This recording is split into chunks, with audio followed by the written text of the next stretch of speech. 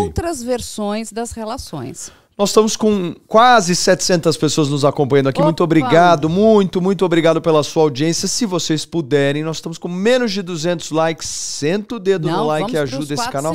Bora subir para uns 200, 300 likes. De Araçatuba, Joinville, Piracicaba, Se o povo de fora do país já deu like, já vai, porque tem uma galera muito legal de fora do Brasil que nos acompanha. Agora, Carla, olha só, durante o contra-interrogatório, a defesa do Diddy apresentou mensagens que foram enviadas pela Jane após os episódios traumáticos, como, por exemplo, eu te amo muito, e amei cada detalhe daquela noite.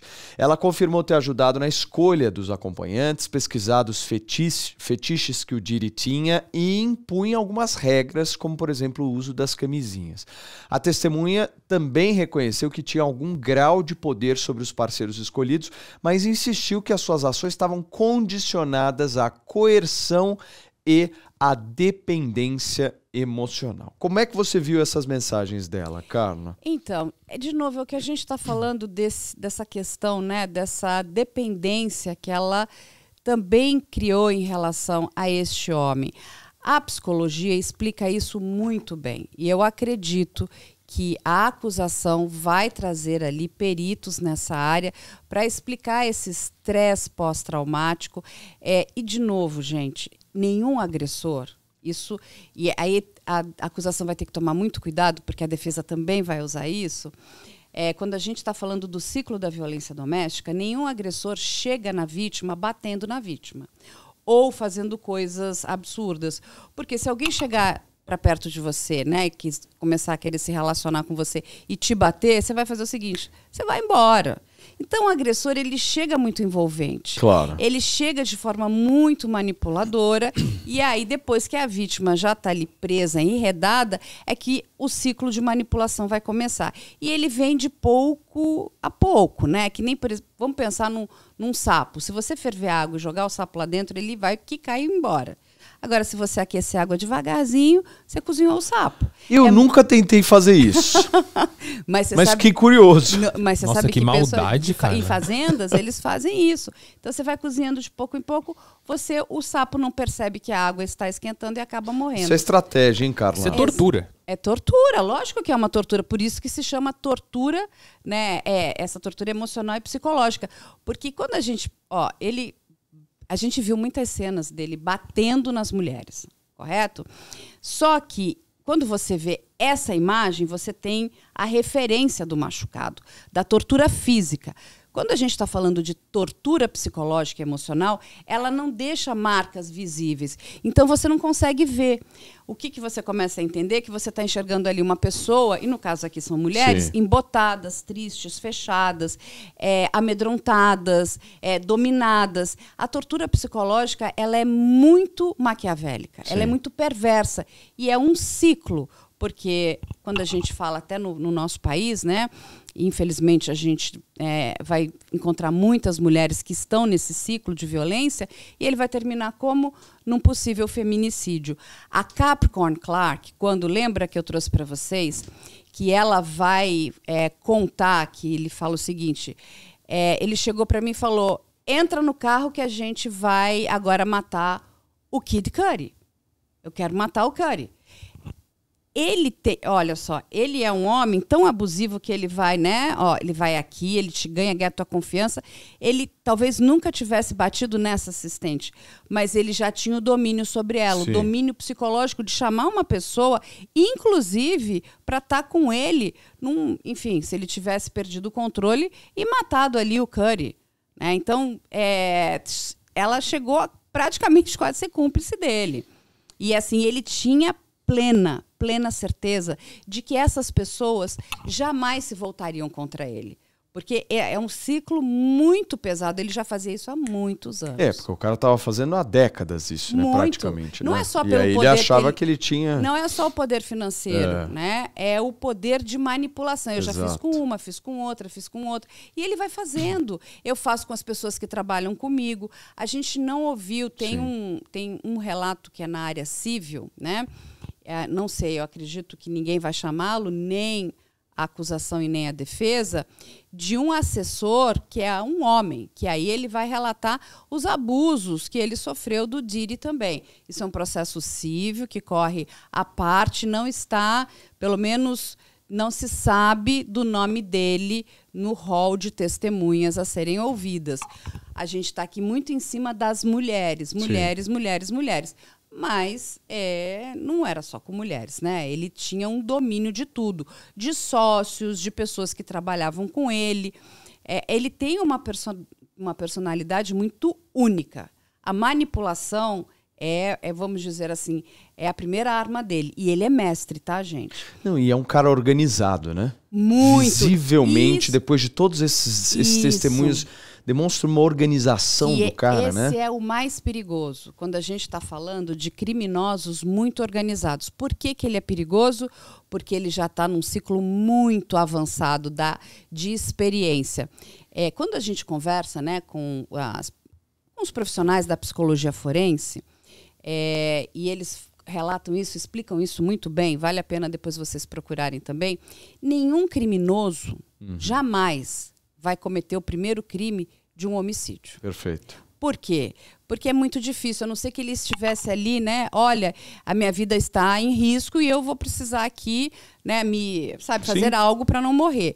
Essas pessoas, elas evoluem. A mesma coisa aqui. Quando a gente olha para o Diddy, ele vem evoluindo, evoluindo, evoluindo, evoluindo.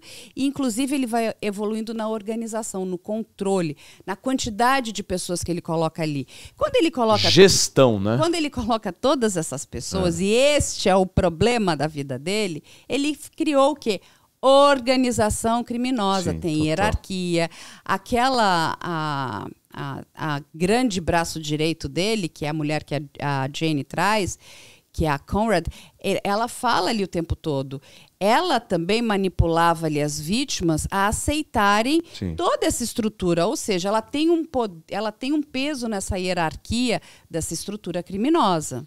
Agora, Carla, no meio de todos esses relatos que a gente trouxe aqui da Jane, de abuso físico, de chute, de soco, ter sido arrastada pela casa do P. Diddy, ela afirmou que ainda ama o cara. Ela chegou a dizer que ele era o bebê dela. O testemunho também revelou que depois dessa agressão ela foi obrigada a fazer sexo oral num artista famoso que não foi revelado lá no tribunal, enquanto o Diddy ficava observando, gente. A defesa agora está tentando sustentar a tese de que tudo estava acontecendo com o consentimento e que a Jane estava participando dessas orgias por escolha dela e não por coerção, como a Carla falou aqui. Mas a promotoria está insistindo que essa combinação de droga, abuso e controle financeiro de uma maneira geral configura um padrão criminoso de tráfico sexual, não é, Carlinha? Exatamente, exatamente. Eu entendo que o trabalho de ambos os lados, defesa e acusação, está indo muito bem. Alguns momentos a defesa ela tem pesado um pouquinho quando ela começa a bater muito na testemunha, né? Eu acho que a defesa ela é sensacional quando ela começa a trabalhar em cima de provas. Sim. E não tentar desacreditar essas vítimas, porque elas são vítimas realmente de traumas, têm provas suficientes. A acusação, ela tomou um pito ali do juiz, né? Quando chegou e chamou, olha, a defesa deu uma aqui de Perry Mason, né? Ou seja, aquela alusão fictícia de um grande personagem da defesa que vai demonstrar que a acusação trouxe ali alguns dados e algumas provas com datas que não foram bem checadas. Olha como é importante a questão da investigação e da checagem. Super. Por mais que você receba um inquérito policial, que pode estar muito bem feito, a acusação ou a promotoria precisa reinvestigar aquilo tudo. Sim. Ter certeza de que aquelas datas são aquelas datas, que aqueles documentos são verídicos, que aquelas testemunhas estão falando a verdade. Orientar, inclusive, de não trazer nada que possa não ser embasado na realidade. Não pode ter achismos. Então, tipo, olha, eu acho isso. Não, ninguém pode achar nada, porque a gente está lidando aqui com a restrição da liberdade de uma pessoa. Eu tenho que ter certeza. Você viu? Viu. Você passou por isso? Passei. Você consegue provar? Consigo. Agora, eu acho que eu ouvi em algum momento, isso aí é a pior coisa que pode acontecer para a acusação, porque aí a defesa entra e começa a pedir, olha, vamos retirar isso aqui, não se tem certeza, aí o juiz pede para, né, os jurados ignorarem aquela determinada prova. Então, tudo tem que estar sendo trabalhado com muita comprovação e materialidade. E vejam só, quando aconteceu o mandado de busca e apreensão, ele aconteceu no meio do ano. Uhum. Eles só foram denunciar o Diri, tanto que ele ficou se achando, porque eles levaram, né, aquelas imagens que a gente vê do HSI, são do meio do ano. Aí ele só vai, né, ser preso, denunciado 6 meses depois. Por que isso? Porque a promotoria ficou ali, né, investigando cada prova para ter certeza de que não se tratava de falsas alegações ou de falsas evidências. Tem muito material, não sei se vocês têm aí, mas depois eu recebi as imagens, inclusive, eu quero ver. do que foi retirado dessas casas. Estão todos lá, tá tudo lacrado. Vamos fazer amanhã, Carla? Vamos, eles mandaram, tá? E assim, isso está sendo apresentado e agora, depois, como essas imagens podem ser repassadas, a promotoria repassou para a imprensa. Então, eu vou trazer aqui para vocês bastante coisa das drogas, das armas, da casa por dentro. Tudo isso agora está sendo entregue porque já foi colocado ali agora, no tribunal vê, né, do júri. como a gente está diante de um negócio assim maluco, né? Depois de tudo que essa mulher sofreu, viveu, vivenciou. Mas é muito comum, Paulo. Meu Deus, ainda falar que ama o cara, pelo amor de Deus, Carla. Mas eu vou contar uma coisa para vocês aqui do Brasil, e é um dado bem triste. Muitas mulheres, né, naqueles seus momentos de desespero, elas vão procurar a autoridade policial, elas vão até uma delegacia e o que acontece? Depois voltam para casa, voltam para a mão ali do seu agressor, porque eles ficam, né, naquela questão de manipulação.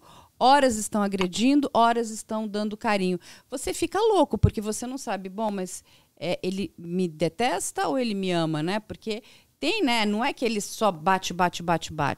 Ele bate, faz um gesto de ternura. Aí bate, aí 3 gestos de ternura. Você fica dentro, é uma coisa, o teu cérebro, surreal, você começa, né, a desconfigurar o teu cérebro. E muitas dessas mulheres depois voltam até a delegacia de polícia e querem retirar os boletins de ocorrência. O que acontece hoje aqui no Brasil, para que as pessoas entendam? Essas agressões, né, essas ações, esses crimes, hoje, não é só mais hoje, né, mas eles assim, são ações incondicionadas. Sim. O que quer dizer isso? Uma vez que você reportou isso para a autoridade policial, daqui para frente já independe da vontade da vítima. Isso é um crime e a autoridade policial precisa investigar. Então, é uma ação incondicionada. Sim.